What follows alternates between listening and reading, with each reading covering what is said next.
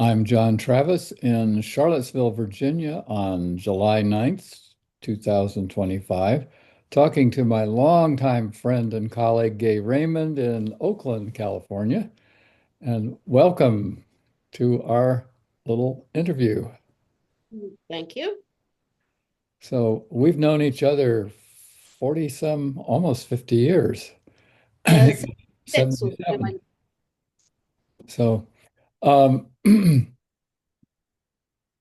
We our our relationship began when you and your husband at the time were clients at the wellness center, and since so many of the staff are unavailable to talk about the wellness center as well as your career, I wanted to pry out of you memories from those almost 50 years ago, historically, to document the existence of this short-lived event called the Wellness Resource Center. But let's start out with who you are and why, and begin. why I'm who I am. Yes, uh, Okay.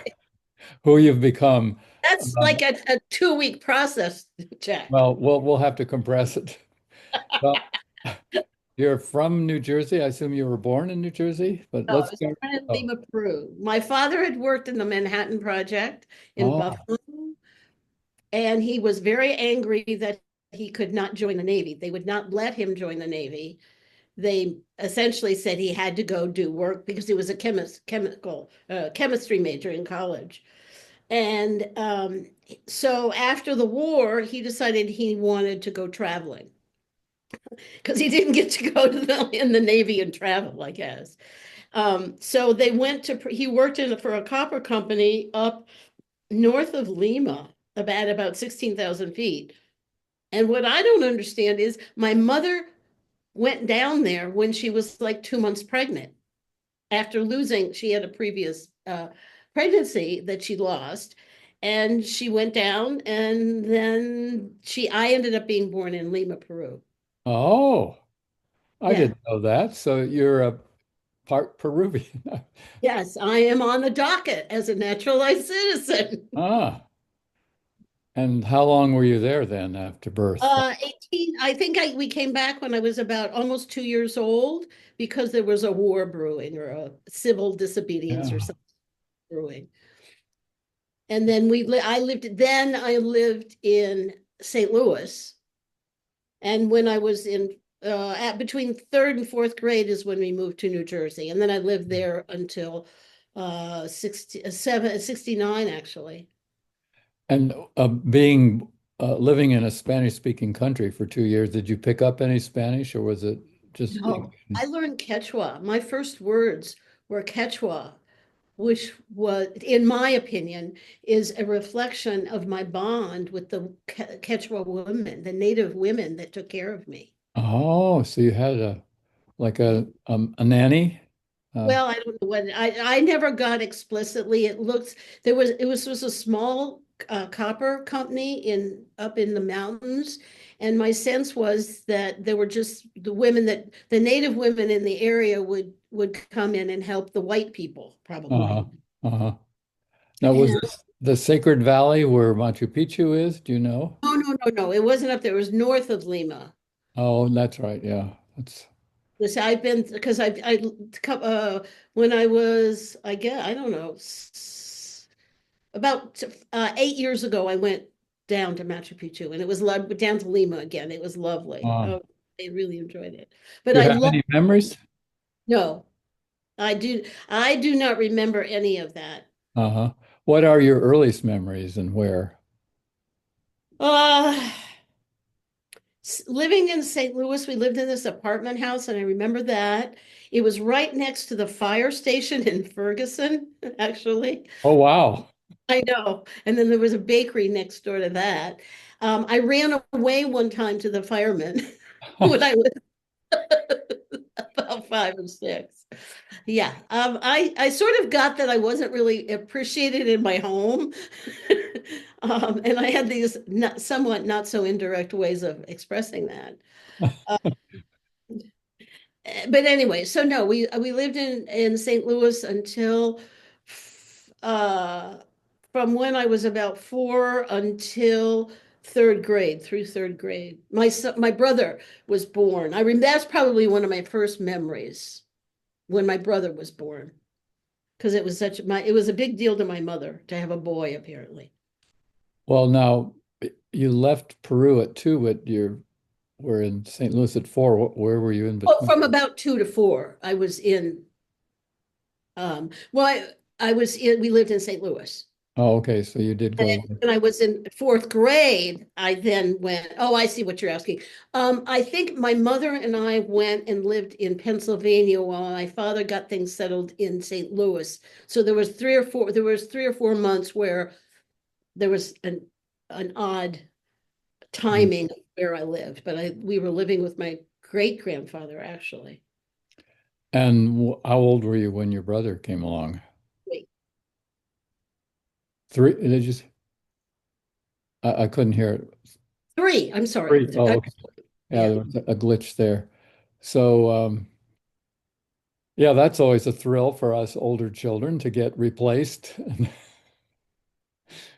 Uh, any other siblings or just a brother? No, just one. Just one. And what was your relationship like with him after you got done trying to kill him, I suppose, or No, I don't remember trying to kill him. wanting Um, to, maybe? Not no. trying, I meant wanting to. No, I don't even know that I wanted to. It was more of a mystery. Um, we did things together. We did pretty well. I remember being protective of him, especially when he got into high school and I was Oh, in college, and I watched my mother turn on him and his friends. hmm. His choice of friends is probably the best way to put it. When he was in college and I had just graduated. I remember that. I had a good relationship after I got married. We did stuff together. They lived down in the peninsula. We lived in San Francisco. Um, and my brother's been very supportive of me. We don't, from my perspective, we don't have a particularly um, uh, we're not particularly close. He seems to back off a lot and not want to get into a lot of conversations. So he's still alive and well, and you Oh still. yeah. Well, he's alive. I don't know. I just heard from my sister-in-law that he had 5 surgeries last year, so I have no idea what he's doing. Oh, so you're not in regular contact. Well, it's a strange situation because of my views of the COVID process. Oh, that one. Yeah. And I am what am I? I forgot what I was called. Oh, a conspiracy theorist. That's what Yes. I. All of which turned out to be true. Yeah. Same here. No, I like telling the truth, but I Yeah. love being called. Basically, all conspiracy theories have some element of truth to them, or they wouldn't be so named because the Yeah. government likes to call them whatever. And I Yeah. don't get started there, but yes. So my sister-in-law at one point during COVID, when she was very angry that I did not get a vaccine, and she told me that I needed to um, could never tell her anything that she didn't believe in. I Oh, could state an opinion that she didn't have. And so and you're I supposed to didn't, know that. what? You're supposed to know that in advance. Yeah, I am. And since I cannot do that, I'm intuitive. I'm very intuitive, but not to her particularly. And so I just thought she didn't want to talk to me anymore. So I don't initiate. Uh-huh. I mean, I'm seeing my brother, I guess his wife is going to be there, for lunch next Friday, because I always invite him for lunch after his birthday. Uh-huh. They contacted me on my birthday in May and were going to invite me to dinner, and that's never happened. So there's weirdness, and I think she told me I also had bad family cred, which I'm not quite sure what that is, but I guess they don't believe me. But A new category of dissing yeah. people. So back to your childhood and moving from St. Louis to New Jersey at fourth grade, you said? What What was that like? A big disruption or? No, I don't, it didn't feel like I'm very aware of it. I actually, this is so funny. I think so I was about 8 or 9, maybe I forgot the ages that were in that. Oh, well, yes, I do know them because of my granddaughters. But probably when I was about 8 or 9, I was in the back seat of the car and there were these boxes with paper in them. And I opened the box and it was my father's resume. And I said, "Oh, what is this, Dad?" And he didn't explain it very well, but I got very much that it was he didn't want to answer it. And so that he had started looking for another job. And then he got another job in New York City. Um, but the move wasn't a big deal, particularly. Um, the hardest part I had was my relationship with my parents, and they were very strict and controlling, um, and very inconsistent. Um, my brother clearly was the favorite. Um, in fact, I remember also very clearly when the Smothers Brothers show came on, and remember how they used to talk about who was the favorite. Oh, I loved that part. And I said, "See, it's in his family too," or something obscure like that. so you didn't have a lot of friends in school that you Oh, missed? I did. Oh, I had tons of, yes, I did. My lifeline were the families that I babysat for and my friends. Uh-huh. So that And must have been a little disruptive to be pulled out of well, that. to me, there was no family. It was very unpleasant. Christmas was horrible. My father would always fight with my mother about spending too much money or something. Uh-huh. Not like we got lots of presents.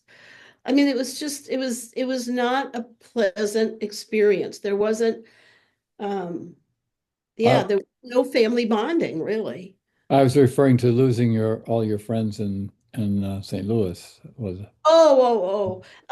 We had moved from Ferguson to some development, some housing, not a housing, but some neighborhood, a different neighborhood. So I remember one friend that was around the corner, and I did have some friends, but I didn't live there for more than maybe 10, 11 months Uh-huh. when I moved from one place to another in St. Louis. And then when I moved from there, it's the name of the place was Hathaway Meadows. I remember it well. Uh-huh. And then when we moved to New Jersey, it wasn't a big disruption, is probably the best way. So you must have been close to New York City if your dad was commuting. Yes, it was a half an hour without traffic. Oh, it was Madison. I forgot. Yeah. Yeah, yeah. I had relatives in Madison. Um, school, once you got to Madison, what was that like? It was good. I mean, that's where um, my attachments really were to school more than to family. Uh-huh. And I really enjoyed school. Um, I had I didn't have particularly trouble in school, but and I remember this in middle school in particularly, that's when I first figured it out. I would take a test, I would look at the results, and I got mostly B's, a few C's, but I'd look at the results of the test, and it's like, I know that.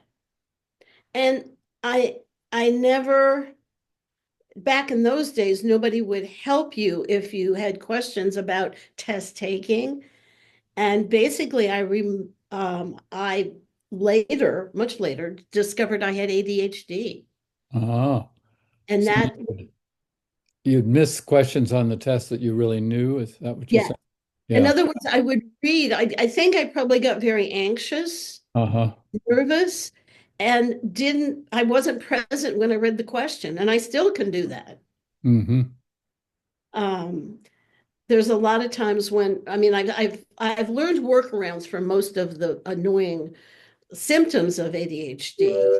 I've also decided, by the way, that being present is, if I can focus on being present and carry that out, then my symptoms just evaporate. Hmm. um, which I've been working on for the last few years. But yeah, and that's what I think happened. I'd never read the question carefully. I Hmm. didn't slow down.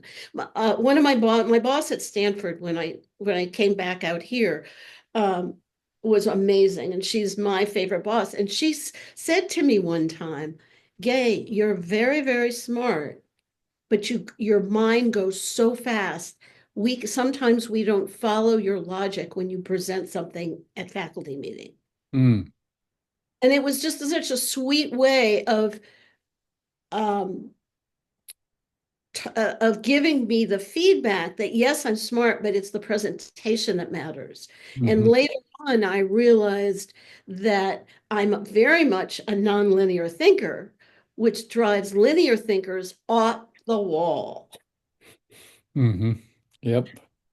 And I had a colleague when I was at Samuel Merritt, and he was very bright. In fact, he's the leader in chronic pain management in our country right now, or one of them. And I watched him do it when he and I were working on a project or something. And I watched him respond to me. And I could tell when he would get a little fidgety, he wasn't understanding. And that drove him nuts. So he was my practice. Ah. And it really, if I changed the way that I spoke and did it in a very ABC kind of way, everything was fine. So Mm. that, yeah. And other, like in grade school, did you have like junior high or middle Then school? we went to junior high. Yeah, it was a different building. Uh-huh. And then we went to high school. So that it was, yeah, very suburban. Um, I grew up to not like suburbia, basically. But I enjoyed it. I had great friends. I had great fun. I went out. Um, my friends, I was only allowed to go to X number of parties a year or something. So my friends would arrange to have a surprise party for me. So my parents would let me go. Yeah, and I acted out a fair amount. I mean, things didn't make sense, so I did what I wanted to do. What would be a typical acting out? Oh, I wanted to go out with my girlfriends to go to the movies, and my parents said no. So I crawled out my window, took some overnight clothes, and went to the movies. Or and they didn't find out, or Well, of course they found out, and then I came home the next morning, and all my clothes were on the front lawn. oh, oh wow, Yeah, that's pretty dramatic. yeah, yeah. All of your clothes, like Well, I don't know if all of them were, but my father they apparently they got mad. I didn't call them. I didn't tell them I was spending wow, the night with. immature. And how was it getting back in the house then? Did you I don't. They probably didn't talk to me for a couple of weeks or something. I don't know. couple I of don't weeks? remember. Yeah, it was just very, very distract. It was distracted is not the right word. It was just it wasn't pleasant. I had closer relationships with the parents of the kids I babysat for than I Yeah. did my own parents. There were two families in particular. Did you have meals together and they didn't talk? Oh yeah, we pretended beautifully. Uh-huh. Everybody, we all sat down. My mother made a new dessert every single day, a pie or a cake or a whatever. And yeah, we sat down. That dinner time was awful. Ugh. And did they treat your brother similarly, or he was Oh the no. favorite? Oh no. He was, as I call him, the golden penis. I mean, I'm doing it in jest, but it was hurtful. Yeah, I imagine. So, uh, what they give him privileges in front of you, or how did that? Well, yeah, he had no boundaries. When he wanted clothes, he got clothes. When he wanted to do a sport, he got all the sporting equipment he needed Wow. and was assisted. I wanted to do Hmm. piano lessons. That never happened. I wanted to do ballet lessons. That never happened. Hmm. So it was that kind of a, So, any boyfriends in high oh school, or yeah. Yeah. I sort of had boyfriends from about fifth grade on. uh-huh? What you changed them frequently, or? Well, it evolves, let's put it that way. And then I was in a relationship for 2 years with somebody in high school. And he and I are, I mean, I saw him about 5, 6 years ago. So we're Uh-huh. still friends. He's married. I'm not at this point, but yeah, I've seen him a couple times. My parents, and here's another example. We were going to college and he was down at Duke. Um, and so I was looking for schools with physical therapy as a major, and there weren't a lot of them. So my mother took me down to North Carolina, University of North Carolina, Chapel Hill. He was at Duke. But and then they told me I couldn't apply there. Your parents told you that. Yeah, I can't apply there because it's too close to Harvey. So it was that kind of I asked to go out on a Friday or Saturday or something and do something, and they'd say yes, and then they'd change their mind on Friday. Wow. Crazy Yeah. making. So Yes. then you went off to BU and uh, I love that. I wanted to go to school in a city. I'd applied to BU, University of Florida, Gainesville, Penn, and I guess I never did apply to Chapel Hill. But I and just I'm at this point, I'm happy I didn't go to Chapel Hill, but because I loved BU, I loved Boston. I had a bunch of a couple, two or three of my high school friends were there. One girl that I became very close with that I really have enjoyed as a friend, who still is in Nahant. Um, oh, and the haunt. I love. Oh, wow. That's a cool place. it is a cool place. Go Yeah, there for a break to get out of the city and yeah. uh, well, and we were there at the same time. I was living a few blocks from BU that we might have passed each other in Where Kenmore did Square. where did you live there? I was just if you went up Jersey Street past what's the name of the ballpark? Uh, Oh, Fenway Kenwood, Park. and Kenwood, yeah. Yeah, the first street you came to was Peterborough, and I lived on the corner of Oh, okay, I Peterborough know and that. Jersey. So yeah, uh, who knows?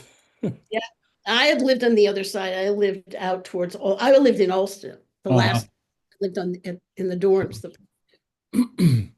So how was college for you? With what else? Harder. It was. I mean, it's like you going to medical school almost.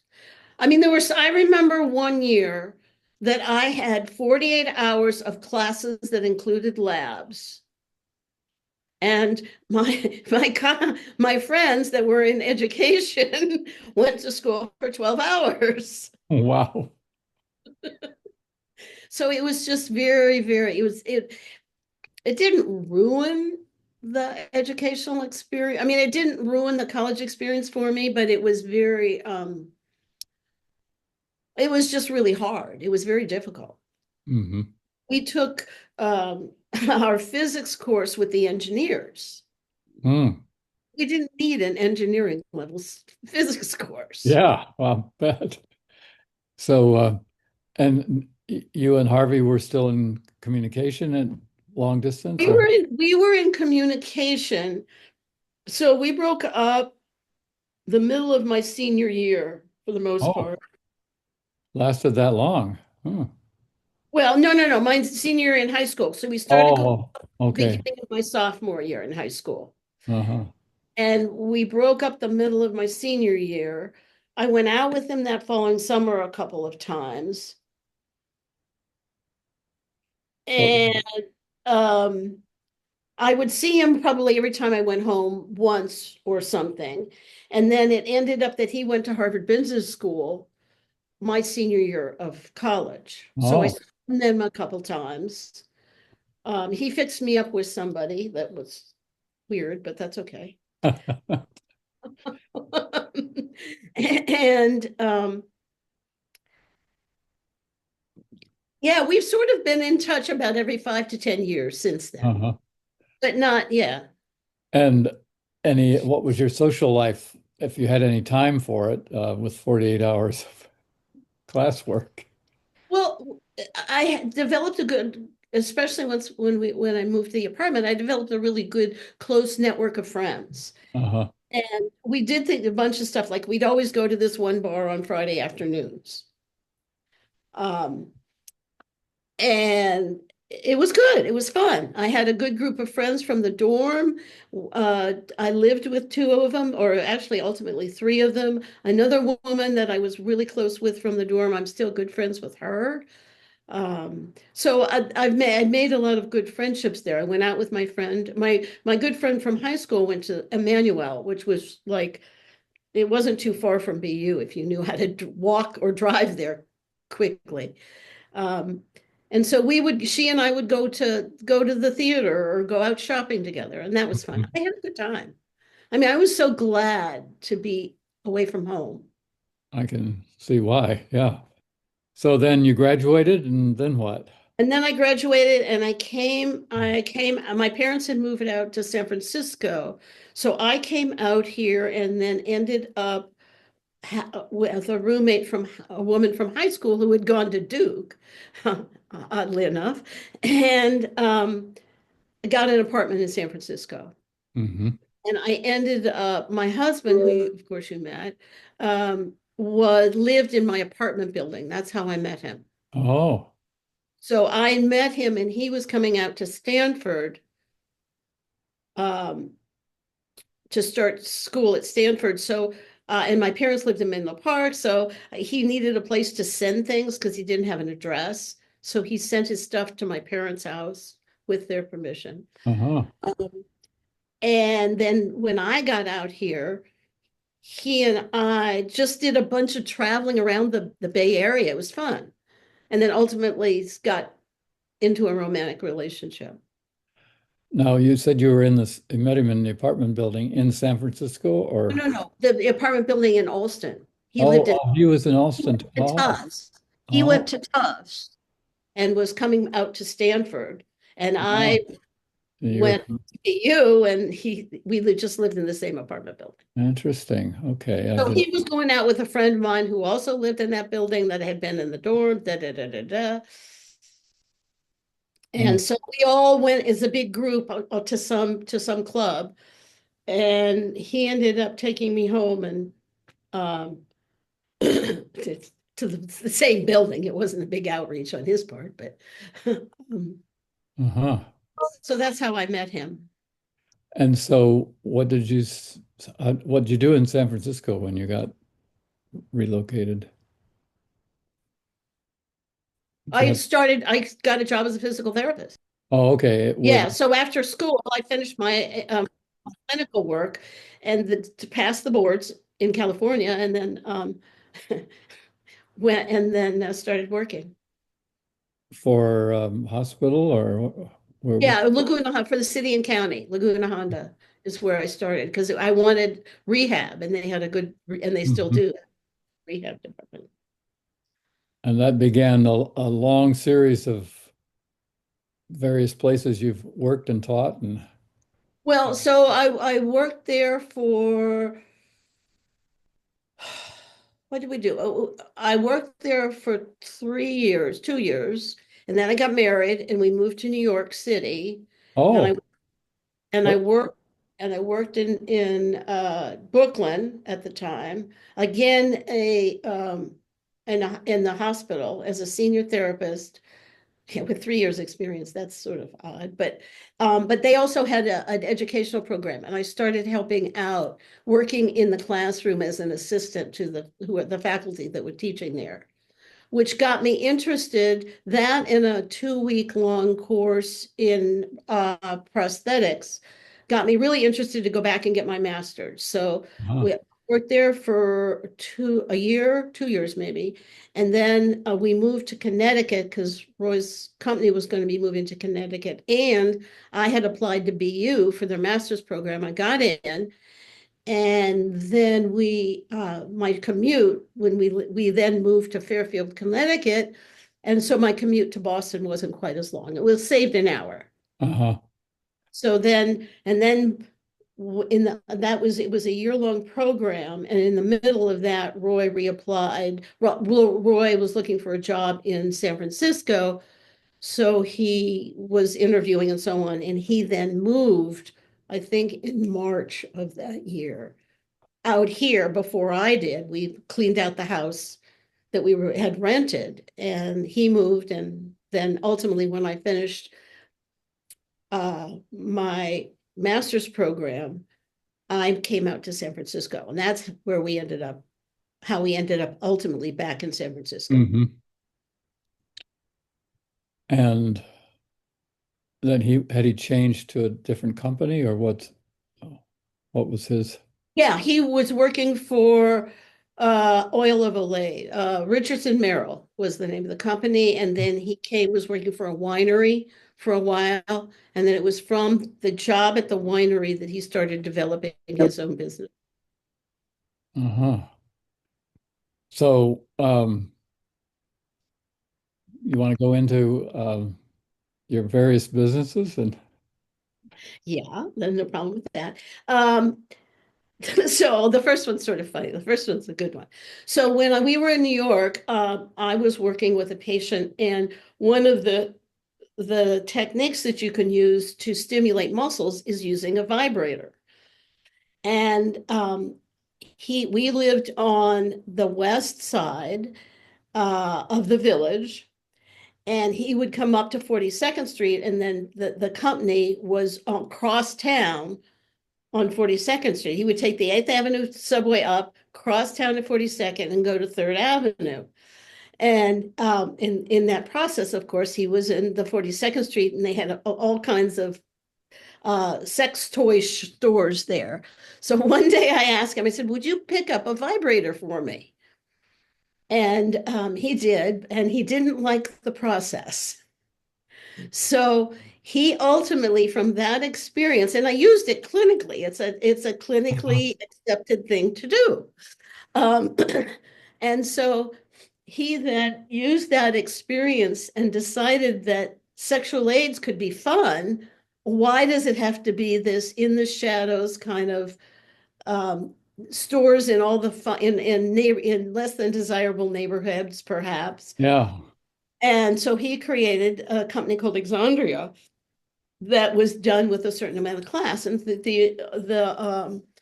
all the catalog was all drawn. It was no pictures, no, it was all drawings, and it did quite well.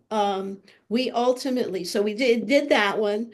Then he went to buy me lingerie at High Magnans one day as a birthday present, and he got really annoyed that the woman didn't treat him well. I don't know what happened. He never really talked. I never asked, and he never told me. But he decided that experience also, why can't it be okay for a man to go into a store and buy his wife underwear? Yeah. Not that big a deal. So we developed Victoria. He developed because I was pretty much involved in that one, and we developed an idea for the store and a catalog, and that's how Victoria's Secret got started back in 76 ish. Because we were doing that when we were doing a lot of the group work with you. Yeah. Now, I remember reading up on it, but where does the Victoria come from? It was the It Victoria, was Queen stuff Victoria? there is no Victoria. But I never said that in the PR stuff. In fact, there was a book that just came out recently by a couple of women who were reporters, business people in in that genre of activity with retail.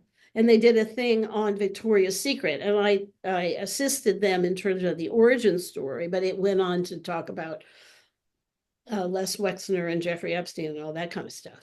But that book just came out, so it's still percolating. I've gotten a fair number. I did something early on with a group that was trying to get some information about Victoria's Secret. There was a show on Hulu, and I was a part of that for about a minute. So there's still interest in it, but there was no Victoria. We made that up. Was there what gave you the idea to use that name? Was it Queen I have no Victoria in the idea. Victorian age or just popped out? Yeah, to a degree, because I think what the goal was is to make the stores pretty and sophisticated And so we used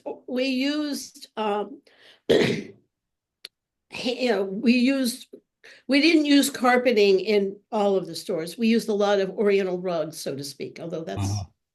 that's we used armoires rather than just racks of clothes. We Uh-huh. developed a couple of racks. So everything was very sort of old-fashioned-ish Mhm. with the intent of it being sophisticated, Mhm. if that makes sense. Yeah. So that's the period where I met you then at the Yeah. center. What led Yeah. you We to built come the to first the home in 77 in Palo Alto. so In Palo Alto, Union Street, um, Sutter Street in San Francisco, those two stores. And then we were down in Cupertino. And then we were doing, when we sold it to Les Wexner at Limited, we were developing a store in Beverly Hills and Walnut Creek. mhm. So it grew to be pretty big. But And he also changed the whole concept.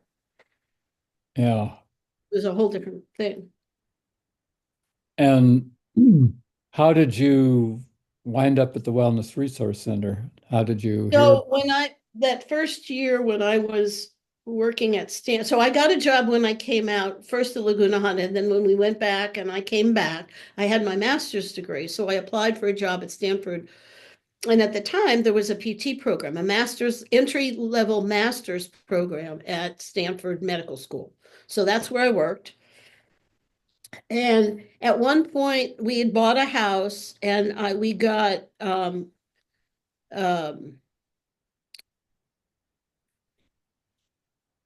oh, the San Francisco Magazine, because I had been a big fan of New York Magazine when I lived in New York. And in that was when you wrote the article or the article was published in San Francisco Magazine on the I, wellness. maybe New West, because I Oh, don't. maybe that's it. I thought it was, yeah, that could be it. But I thought it was the San Francisco Magazine.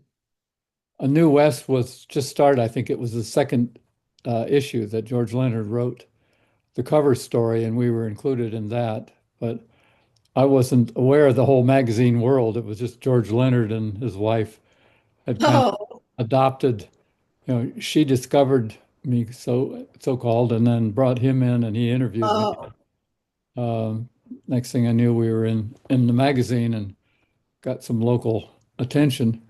right. So, So that's how I got to wellness resource.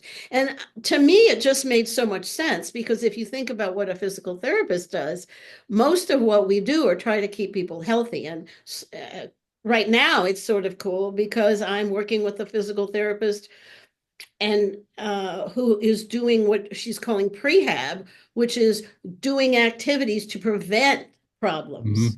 mhm, So mhm. it's evolved.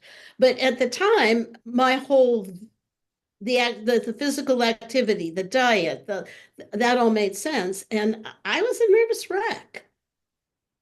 There were all the things that we've discussed. All of that was sort of I had developed the intelligence and the curiosity. It's like, okay, this doesn't feel right. And I'd known that all along. I'd felt that all along. What's the this? Me. Uh-huh. In And, other words, I wasn't happy within my own skin. did it relate to your work or your marriage or what? No, it related to who I was. Well, given the dysfunctional family that you Yes, survived, was it's understandable. right. How did that show up in your relationship with Roy, or did it? What was his background in terms of similar? He grew up in Connecticut, and his father was an engineer, and they were successful. His mother worked. Mhm, Uh, I ended up being his mother's durable power of healthcare at the end for her. mhm, So she and I ultimately developed a sweet relationship. mhm, After Roy died, she was very sweet and continued to help me. She would Mhm. come and once a month and clean the house and make dinner. And then I said, well, why don't I make the dinner the day before so we have something to eat and you don't have to worry about that as she got older. She lived to be 94 or 5. Mhm. So, so she lived in San Francisco or nearby? Oh, well, she moved, no, she lived in San Jose because her daughter lived down there, Uh-huh. or his sister. And they were not particularly close. There was something that happened in that relationship too that I never understood. Mm. Um, but I ended up getting involved because with the family that I didn't, pardon me, see them a lot until she started having health problems. And she had several strokes and she drank a lot and ended up falling and breaking her arm at one point, which Mm. sort of started the Mm. digression into lack of function. But she was sharp. She was hysterical. I can Mm. remember she had had a second stroke. Um, and I went to the hospital and her doctor had put her on morphine. And I let it go. Once I knew about it and I let it go and she was sleeping and I was just sitting there probably working and with my computer. And then she woke up and she looked at me and she said, I want to walk. I said, okay, let's start by just sitting in the edge of the bed. And she sat on the edge of the bed all by herself. And then the next shot of morphine came in, was ready, or the tablet. And I said, no, she does not need more morphine. And they finally made me call the physician directly. And I said, fine, I'll call him. Good for you. He said, she doesn't need, she wants to go to rehab. Yeah, I mean, he had made a prejudgment. It's funny, I hadn't thought about that in years. And she did great. She was walking around, she got her speech back, she was able to eat. Um, and yeah, there were I think she had an all three total strokes. And then after the third one, and her niece and I were sort of working together to help her be able to stay at home. mm, Anyway, that was a long drawn thing, but it was very rewarding. I felt like she was very upset after Roy died. And uh something happened to her daughter. I think there's probably some psych stuff in that family line. Not that there isn't in mine. There clearly was. I mean, I've decided I was brought up by two narcissists. Um, at least, if not worse. and that's the first level, diagnostic level they'll go Yeah. to. So you're talking about what would My have people. a sister-in-law of Roy's Yeah, sister. Yeah. Roy's sister. Something happened, and I don't know what. And Roy's cousin and I had met, or had gotten to be a little bit friendlier because Scott went to school in Hartford, Connecticut. And so we hung out with them a little bit. And she and I had a conversation about it, and she never knew, or she didn't tell me if she did, but there was something going on there. Uh-huh. So back to your coming to the wellness center. Uh, Right. what was your first impression? And I don't remember when you first showed up, but you probably do. And Yeah, I do. I think what I did is we went and I signed up and started. I forgot all. I mean, I saw Bobby and I loved working with Bobby. I forgot who did the biofeedback. Did Bobby do biofeedback? no, it would have been either Pam or Michael. It was Pam, and Okay, I she was loved still her. And so biofeedback to me was something that I knew because of all the electrical stim and so on and so forth, or there. what, or the skin resistance thing that Joy used. Yeah, the That GSR. all made sense from my wonderful course in physics. No, because we used a lot of biofeedback in physical therapy. And so all of that made sense. And it was just like a new portal, or it was something that enlarged my awareness of what was possible with some of the equipment. Hmm. And I started learning things about myself. Well, now we would have started out where you get that battery of questionnaires, and then I do Yes. an hour wellness assessment with you, which I'm sad to say I don't remember that part. I remember later in the groups and Right. And that's exactly what I don't remember my first meeting with you. I knew who you were and I know we've met and talked, but then there was the group work that I did. So I right. did one-on-one work and then I did group work and we did weekend work. Yeah, we had a weekend up at um, Would just north of Fort Bragg. I think it was belonged to another client. They had a summer place there. but it Um, was Wood, no, so it wasn't Woodacre. It was Woodland, Wood yeah, something. it would something. Yeah, and uh, I'm curious. The one thing I remember that's unusual with the wellness assessment is the colored dots. Do you remember uh, using them and my little creativity test? I don't remember the test. I remember the dots that you used to anoint the planes that you took with. Uh, that was a later thing. Uh, Oh, okay. yeah, I would put a colored dot on the doorway between coach and first class, and then see, because I was flying a lot in those days, I'd see if I was on the same plane. And several times I found that I was on the same plane. How And funny. then They didn't take the dot off. yeah, it was subtle enough that they got left there, at least some of them did. And then there was another, he was a doctor at Swedish Hospital in Denver, and he got involved and he started sticking them up. And I also put them on the signs at SFO. You could reach up and the signs they had hanging in the, uh, um, not the jetways, the concourses. Uh, Yeah.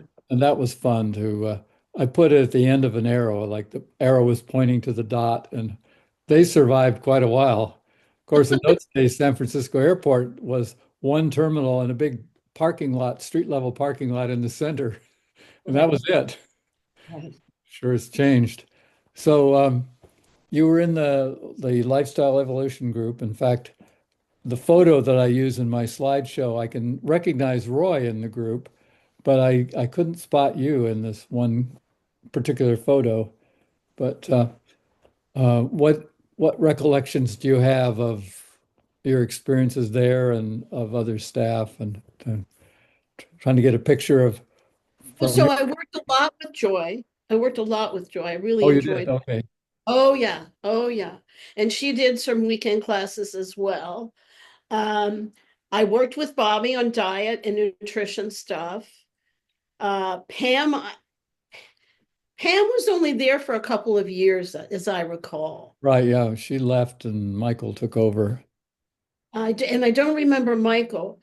Um, but and then it was the group work that I did after that pretty much that got me going.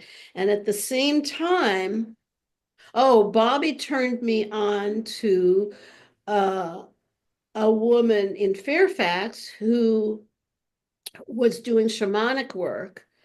So I got involved with some of her stuff and did a vision quest with her during this whole time. Um, and so I was just learning a lot and meeting a lot of really interesting people. I mean, I loved Miller, Dr. Miller. You know who I'm talking about? Or am I getting the name wrong? No, I'm not sure. At our center? Well, he wasn't at your center, but he was one of the people that you've been involved with. I think he lives up near Grass Valley now. Emmett Miller. Emmett Miller. Yeah, Emmett. Sorry, Yeah. wrong. How did you get connected? He was in Palo Alto at that time. I think it was when I was on the board Oh, and okay. we did Yeah. meetings. Okay. Yeah. So, and now Roy was coming to meetings as well. Right. And we did a lot of things together at that point. Were you in the group together? We were in the group that I remember is we went up to whatever Or uh Woodland or Wood yeah, something? Woodland or Wood, but yeah, anyway, I'll have to now go figure out what the name of that city town is. But when we went up there, I remember Roy and I had a huge fight because he got mad at me that I didn't s- I didn't say the right things or I had problems and I wasn't talking about them. And that pissed me off more than anything. It's like, stop projecting. You're not doing it either. But I didn't say it that. I didn't have that level of knowledge at the time. It's funny. I must have done something to upset him during the course of that weekend. But I remember that weekend really, really well. And then I remember also the Stephen Point stuff. Oh, all right. That was That later. was much later, right? Yeah, we took a whole bunch out to the National Wellness Conference, and yeah, so many memories. Well, it just keeps going, right? You're very, very right. And So you went on to advance your career and many ways brought wellness into physical therapy in well, your I did, and I would always use it. Let's see, I taught at Stanford for 5 years. Then I worked for Roy at Victoria's Secret. Then, then I went back and worked at St. Luke's in San Francisco. And during that time, I got involved in the San Francisco State UCSF physical therapy aligned program. And I did a pre-course for them, and that was really fun. In fact, I'm seeing one of my students from that class in a couple of weeks who has gone on to become a PA. Um, and he worked for me for a little bit as a PT assistant. But anyway, so there's a lot of, I was doing a lot of things. Um, then after St. Luke's, I started working in a couple of nursing homes. And that was right after Roy died, for the money primarily, because I was at that point, I was a single mother. Um, and Roy did not leave any life insurance. Mm. Well, And backing so, up a bit though, you separated it and oh yeah, we separated in 87.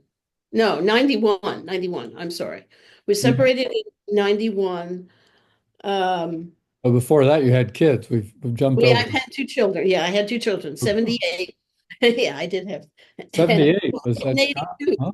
Yeah, Scott 70 was born in 78. And then got involved in all the crazy making of trying to raise two children. Well, you Um, must have been pregnant then when you were still coming to the oh, I group. was. I I didn't was. remember that. Huh. Yeah. And Roy and Scott was a baby when we were doing a lot of the classes. His parents would take care of Scott for us. Oh, okay. We would go to the day-long classes. Um, and it sort of prohibited us from doing weekend stuff at that point, but there was enough day stuff that was fine. Mhm. And then I ended up, so I worked as a director of nursing, director of rehab for a couple of different skilled nursing facilities.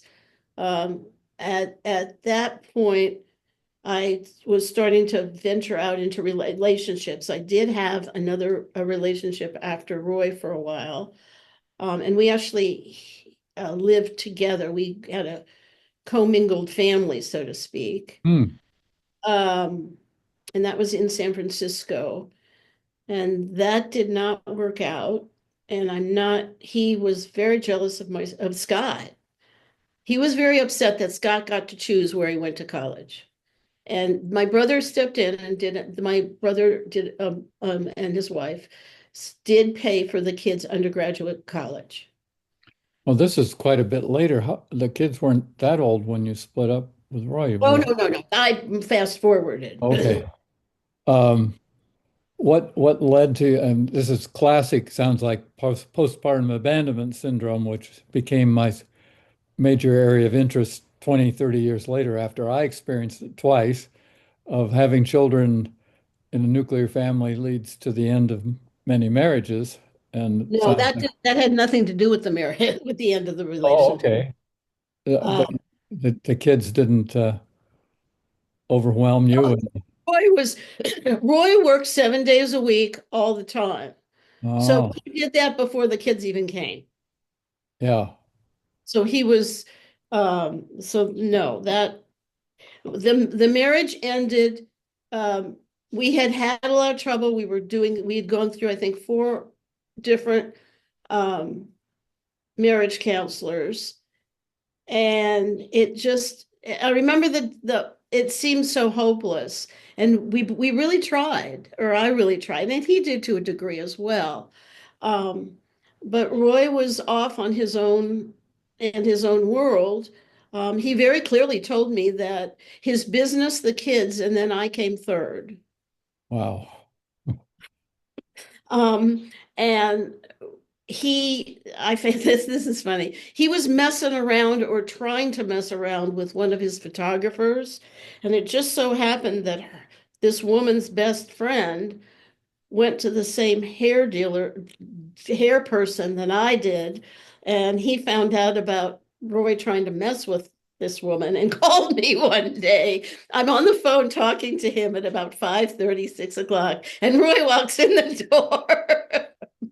But he tipped me off, and I knew something was wrong because I have to go pick up the photographer at the airport. What?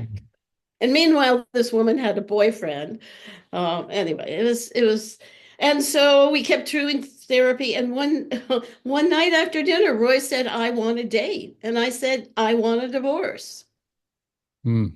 That was how we ended the relationship, and that was fine. He wanted about 6 months later, he wanted to get back together, and I just said no. I ended the relationship because I didn't want my children growing up thinking that was a normal relationship. Mhm. And I'm not sure I did any better in demonstrating a really good relationship. What And with the guy that you commingled to your families, or is that a lot um, later?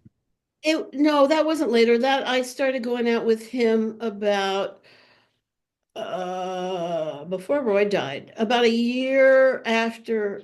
Oh, he and I were working together on a project for the city. I was doing some consulting at the time. And then we started a relationship about 6 months after we separated. Hmm. And then a year later, he bought. I could not partake in that because of the bankruptcy that we had. Because we had a bankruptcy, a divorce, and then a suicide within 3 years. Wow. That'll put your, Well, no, it was more 5 years. It was more 5 years. But so it was pretty traumatic. There were a lot of really impactful changes. We lost everything with the bankruptcy. Two houses, two cars, everything. hmm. And because, as Roy said, I never thought I could fail. So how did you come back from that on your own? um, slowly. I had been renting an apartment after I moved out from the place John and I had. Uh, Jess and Deb did help me. Um, Who did? my brother and his wife. Oh, Um, the thing, it was so funny. I don't understand the dynamics in their relationship, but I would call, it was my brother's money. He was the one that was working. So I would call him, and I remember they wanted to buy a house that I could live in. So I called Jess and I said, "Look, I'm so grateful that you're offering to do this. What I would really appreciate is if we could do it so that I buy a house with a mortgage that I can pay so that I can eventually buy the house from you. hmm. Would that work for you?" And he said, "Well, let me talk to Deb." And he never got back to me. And there have been other things where they wanted to help me with my remodel my kitchen. And I did the same thing. "This is the way I'd like to borrow money from you. I'll pay you interest. Da, da, da, da, da. I have to check with Deb." Radio silence. So when I say that Jess and I aren't close, they've done some lovely things, but there's no clear communication. Hmm. And I don't understand the dynamic. So I've got to pull back Yeah. because I can't force somebody to talk to me. I'm not going to go there. So, how old were the kids when you had the bankruptcy? Um, second, Laura was in second grade. So Scott must have been in sixth or Mhm. seventh. So, um, what I only recently realized is that at the wellness center, we were kind of making it up as we went along. The idea of self-responsibility for health, which seemed so basic to me, but it wasn't generally accepted.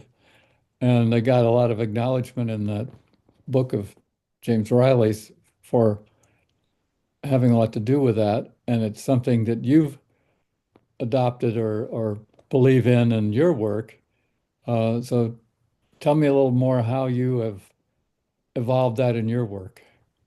Well, I probably evolved it from my experiences with physicians, which by and large is not always great Oh, really? and has not been. And I mean, I came into it when I was 20-ish. I had a photosensitive reaction to declamycin. And it ended up really ugly. I ended up in the hospital because the doctor did not have the intelligence to look at his PDR and look at what the side effects of declamycin are, photosensitivity. And I was, meanwhile, in school and I couldn't figure it out, but I ended up with really, really bad leg cramps. And I think they put me in the hospital, they gave me some kind of steroid and it resolved. But that was my really negative experience. Um, and I just realized because being a healthcare provider at that point, and also wanting to get healthcare, there's sort of I've always felt like I was being talked down to, and I never liked that. Hmm. So I have had some amazingly wonderful doctors and known some in my career. I also, I think, have fired about 5 cardiologists so far. um, and others that I just won't go to. I had one doctor where I had in 2000, I had a reaction to an antibiotic and my throat swelled. Now, I'm sorry, but that's dangerous. Yeah. I called the physician. Oh, it'll be okay. And he hung up. Mm. And I was petrified. And it ended up, I was working at a nursing home. We had a great doctor who was in charge of the facility. And somehow, I guess he was there when I was talking to one of my colleagues about it. And he just said to me, he gave me his card and he said, and he put his phone number. He said, if you have trouble over the weekend, call me, I'll help you. I mean, it was the sweetest thing. But what I've watched is I watched from watching physicians, I've watched physicians treat patients horribly, making horrible decisions for them.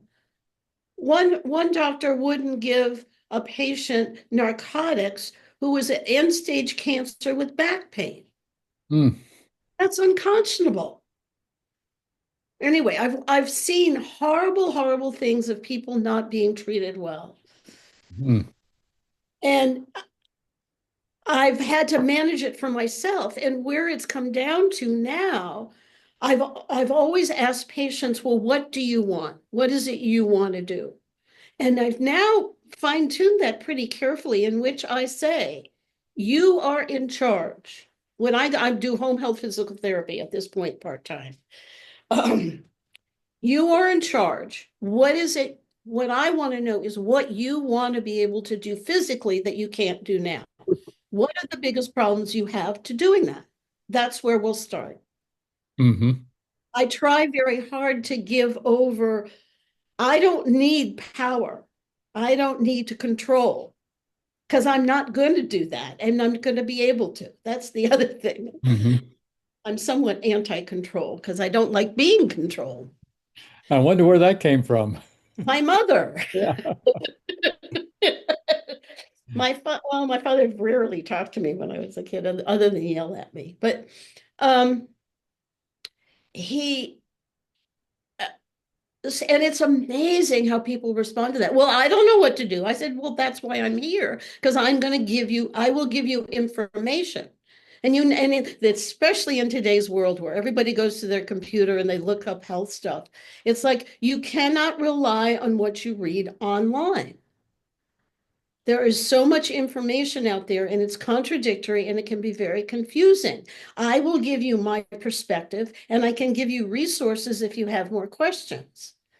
But just to go into social media or to go, I can't tell you the number of people, because I also work at the Sutter Surgery Center for people with post-op total knee replacements is primarily the diagnosis. And people who are scared to death of the surgery. This is after the surgery and they've woken up 4 hours. The surgery was 4 hours earlier. And it's like, well, wait a minute. So first of all, I want you to erase everything that everybody told you. Everybody's different. They have their own response. And that's huge. People listen to that stuff and then they get preconceived notions and then the surgery's not going to be effective. So anyway, I have some strong biases about people learning to be accountable, take responsibility for the problem, get the information that you think is going to help you, and check it out. Because not all physicians will give you the same information either, if you look carefully. So that's how I've evolved it. I've watched how people have been treated, whether it's socioeconomic, cultural, whatever. Um, and just even within the higher echelons, or as some call it, the overprivileged, some of the ideas that people have, and God knows where to get them. I don't know. So I, that's how I've evolved the whole thing to wellness and taking responsibility. And to friends, I'm part of a women's group. I'm part of a I studied with Angela Sarian for a while, and that was lovely too. Um, and some of the inform I'm part of a group that got together after she passed to sort of carry on some of her work. And those people probably know me the best. And they'll notice sometimes when I make a change or do something different. And it's refreshing, but that's what we have to do. And it's hard sometimes. and how many of your colleagues either do the same or understand what you're doing or notice? I mean, It's so funny because I went to a reunion, oh, probably 10 years ago now, from the Stanford when I was teaching at Stanford. And I literally had three different students come up to me and remember some of the things that I had talked about with wellness, hmm. with taking responsibility and balancing your time.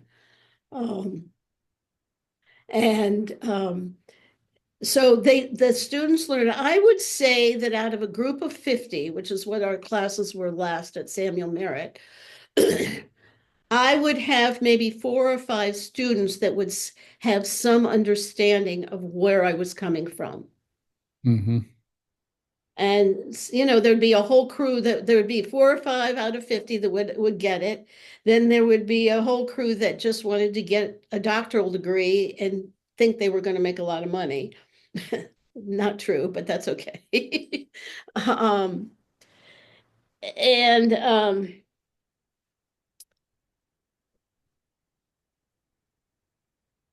I don't know, not a whole lot. The woman I'm working with at the exercise program gets it to a point. Hmm. So there's so many aspects now of what wellness is. Oh, yeah. Most of them have nothing to do with Halbert Dunn's definitions. High level wellness 50, No, 60 no, years ago, 70 no, years ago. no, they don't. And it's like they're on the edge, and it depends on who you go to or what the people are. Hmm. I told you earlier about the person that I go to for massage that does bioenergy work. That to me is the most amazing process in the world, and I feel like I benefit from it as a result of all I've learned of being. I mean, do you know how many people can't even connect with their body and know what it is or how it feels? And it's not getting better, it's getting worse with all the fear. Oh, and being in the cyber world and soon the metaverse. And I always remember the line of uh, what's his name that wrote Ulysses, the Irish author. Uh, Oh, I know who you're talking about, but I can't think of his name right I had now. it a minute ago. There's some line of his that Mr. Duffy lived a short distance from his body. Yeah, I relate to that from my struggles to embody myself. right. I left early on, and I think in the hospital nursery, I checked out of my body and all these screaming kids. And what am I doing here? And this is crazy. Let me get out of here. Went into my head pretty extremely. Well, it's taken me a whole lot of time. I dealt with self-critical. I'm still dealing with self-criticality as a Yeah. result of that. So, And being when I get and even when I get excited, sometimes I'm so aware now when I'm not grounded in present. And I have worked for the last 5 or 6 years on the combination of those things of being present, getting out of my mind, not letting my critical monkey mind take over in the middle of the night. And that's a lot of work. yeah, I'm not sure I'm that far along yet myself. James Joyce was the author I was trying to think of, just to Oh, okay. complete the record. Um, well, to wrap up, what parting words do you have to offer future generations that show an interest in this wellness stuff,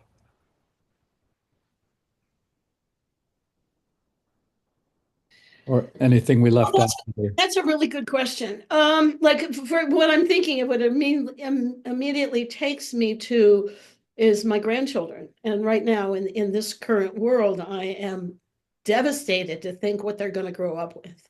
Yeah. In fact, it's going to make me cry. Um, but I started with them already. My one of my the oldest of the grandchildren just says, "Gigi, you're weird." Sometimes when I tell her stuff. Or my favorite thing that she said to me really was, um, she was reading a card from somebody, or from her grandfather, actually. Um, and she says, "Oh, this sounds like something Gigi would give me." And it had to do with feelings. I started out with kids this way. What are you feeling? Teach them how to talk about feelings. I know my granddaughters here are learning about feelings. Apparently, the youngest of my son's children, at one point when she was about 3, said to him, said when they were going out as a family, and she has an older sister that's 3 years older. She said, "Stop! People are ignoring me, and I don't like to be ignored. I feel sad." At 3. Wow. That's how to start. Yeah.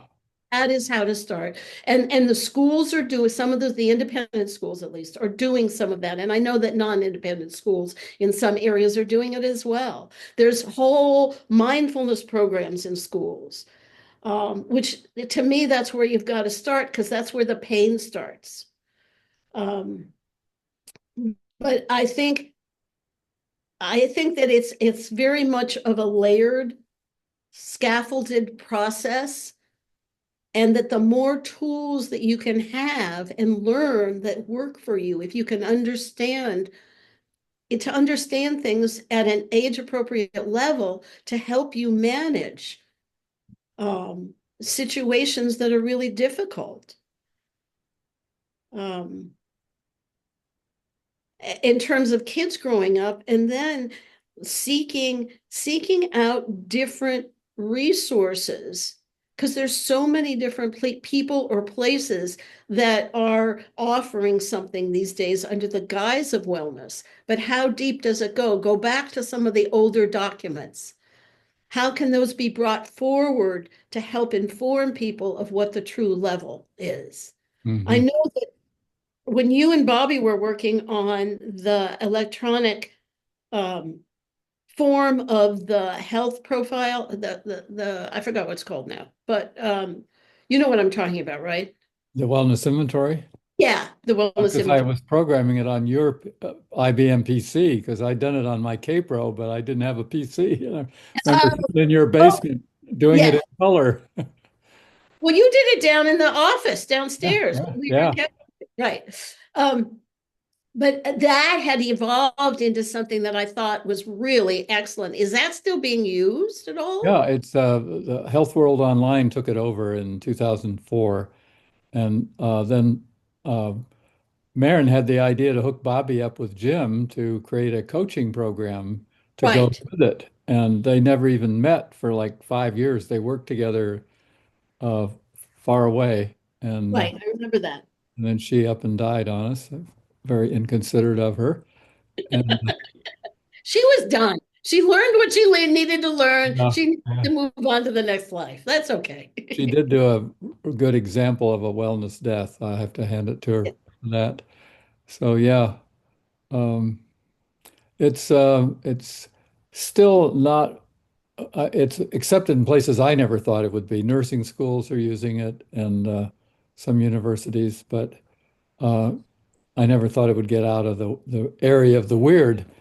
But um, it's plugging along, and I'm amazed somebody hasn't swooped in and tried to copy it and leave us in the dirt. But Jim's pretty much full time on it, and Oh, uh, wow.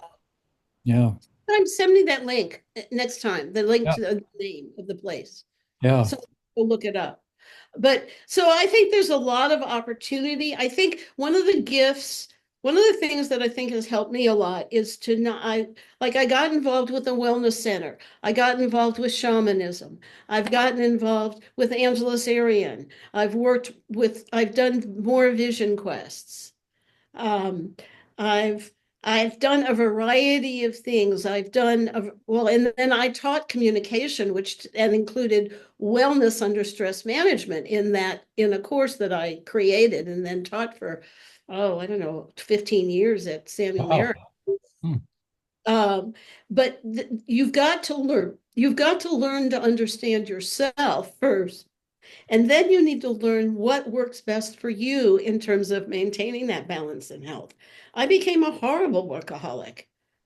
Hmm. And and I think I was so scared after the trifecta of bankruptcy, divorce, and suicide that I had to worry about money. I had to worry about, is there enough money to pay the rent? Is there enough money to get groceries? And what groceries can I buy this week? Yeah. And especially and to me, the one of the big sadnesses is that wellness has been sort of it's been something you have to pay for. So there's a lot of people in our world that can't practice it. Those practices, I think, are getting down to all peoples. But that's another thing that I think is really important about wellness. This isn't just for the wealthy, Hmm. for the people that have money, because there's the trauma that we all share. And it's not just poor people that are having trauma. There's rich people that have a lot of trauma, as we can see in our current life. Hmm. Um, and it's hard. This is not an easy task.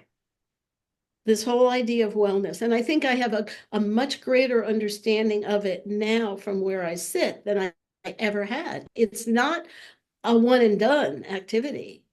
That's It's for sure. something, yeah, it's something that it's like I used to joke about peeling the layers of the onion, and I've now gotten to the point of looking at the onion fields and how many fields do I have to go through before. Wow, that's an image. Well, but it's huge. That's Yeah. what I do think, that there are a lot of things that we choose to learn.